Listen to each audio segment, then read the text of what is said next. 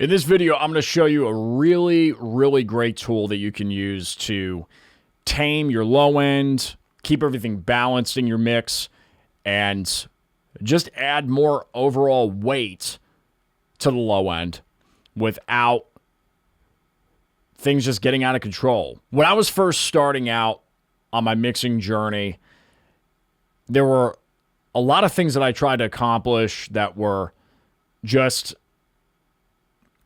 very difficult to comprehend at the time. I'd hear a record and I'd listen to Metallica, for example, and I'd hear the low end on there, and I just didn't understand how something could sound so huge and massive yet be so precise.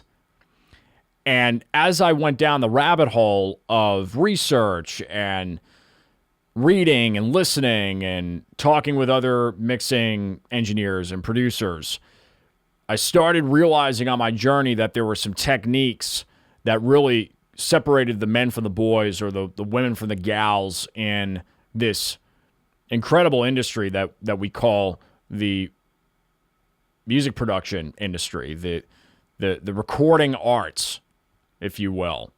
And a key concept that I stumbled across years ago that I still use essentially on near every mix is called sidechain compression.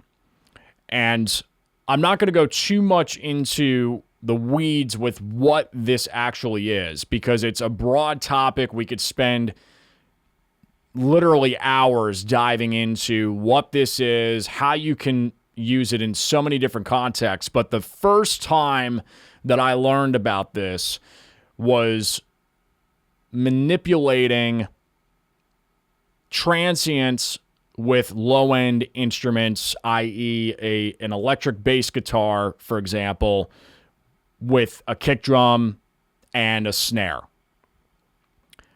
Whether you're producing rock, pop, funk, country, metal, this is something that you really should consider having in your arsenal to mix with as a tool. And I'm going to show you a go-to method. It's super easy to create, save as a template, and this is just my go-to signal chain on how to accomplish this. I barely change it over the years. You can use different compressors to accomplish this, but I'm going to show you my go-to method on how to create a really killer sidechain compression signal chain. So I've got, and shout out real quick to the featured artist on this video, Berrgoetz out of Tucson, Arizona. The song is It's Gonna Rain, and Brian and I had a great time working on his EP a few years back. I was honored to have mixed and produced a few of his tracks, and It's Gonna Rain is one of them. And I also played bass and guitar and the guitar solo on this, so definitely have my hands in on this track quite a bit.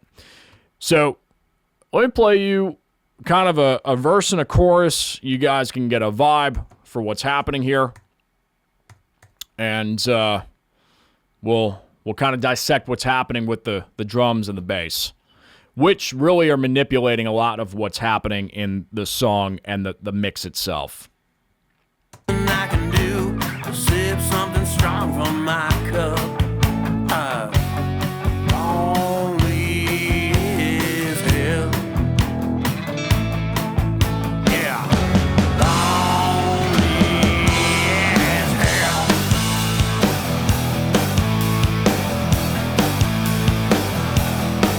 It's gonna rain on me. It's gonna rain on me, yeah. Okay, so just listening to that 40 or so seconds, whatever that was, obviously a very aggressive song, very rock and roll, very in your face. And with Brian's vision. He had kind of the 90s Metallica vibe that he wanted to create, but he also wanted to be himself on the track, which I really believe we were able to accomplish because of his vocal delivery. He's just got a very distinct voice and a very distinct way of phrasing and how he sings. So with the 90s Metallica-esque type, aggressive drums and bass sound, what you can do to create that is this side chain compression.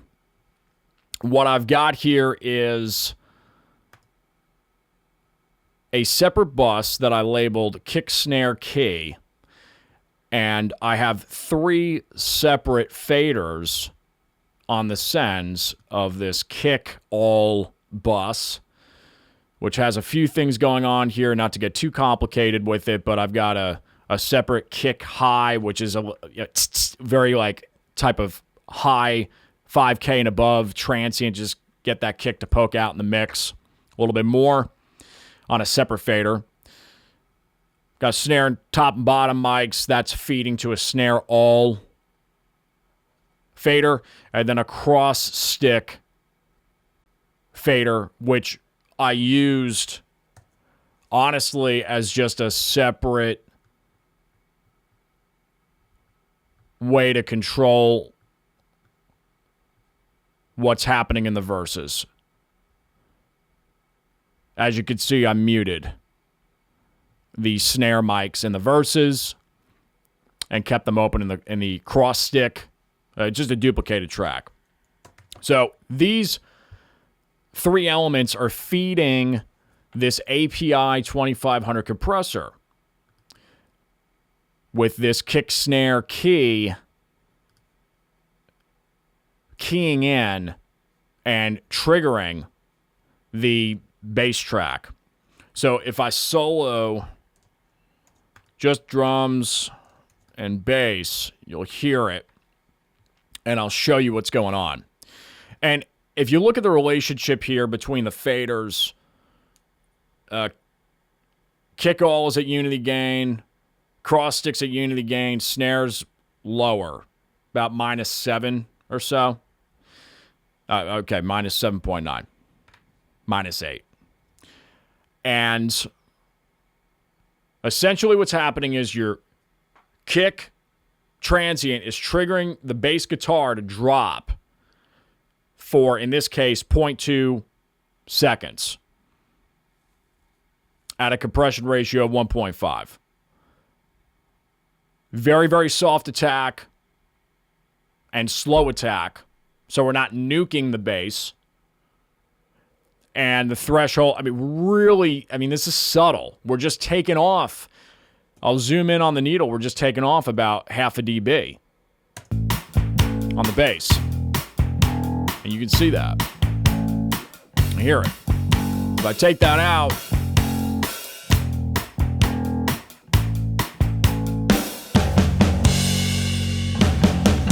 put it back in.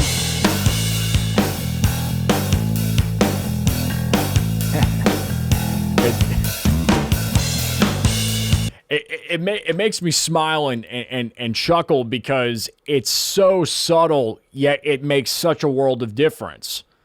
So every time that kick and snare are firing, it's just bringing that bass guitar down a hair. And you're not losing presence of the bass. If anything, it's just smoothing. It's smoothing out all the hits with all the transients with the bass, so they're not getting in the way of the drums. And in the context of the mix, you can feel the difference more than you can hear it. If I unsolo everything, and we'll do this again. I can do sip something strong from my cup. Bypass.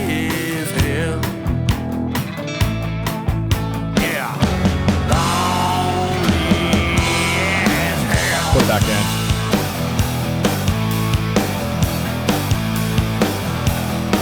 It's gonna rain. The snare pops more. There's more of this little pocket that's created for the vocal to sit in.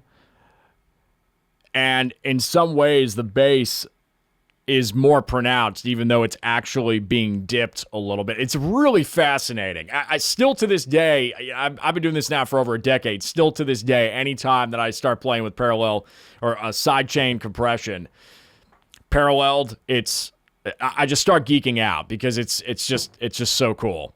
How half a dB of taming the bass like that just for, a split second on each transient, it just completely changes the vibe of the mix.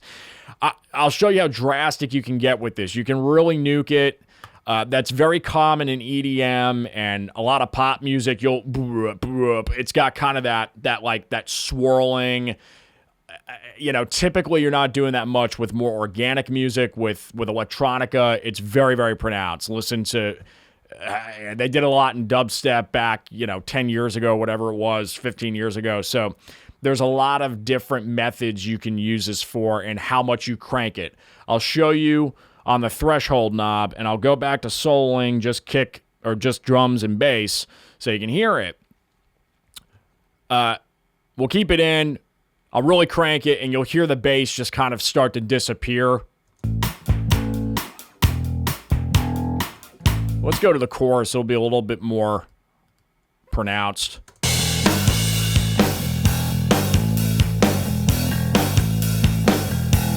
Change the knee. Okay, now you can really hear it. Okay, the bass is getting drowned. So just changing that knee threshold, right, brings the body back. And I think that's a little bit too much, me personally. That's why I didn't mix it with the threshold really cranked.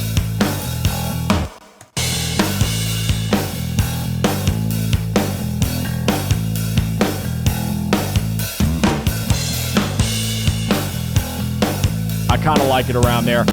I would never make that decision really without everything in. So let's kind of find where it sits great and really listen to the vocal.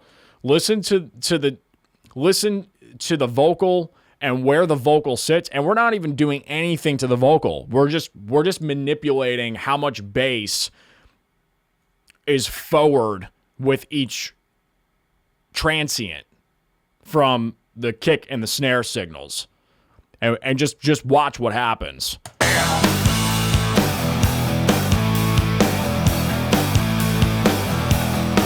It's gonna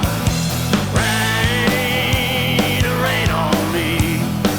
All right, so it's a little bit too much, in my opinion. Rain on me, yeah. I can feel the pain about to start. Lightning and the thunder on my broken heart. It's gonna rain on me, yeah.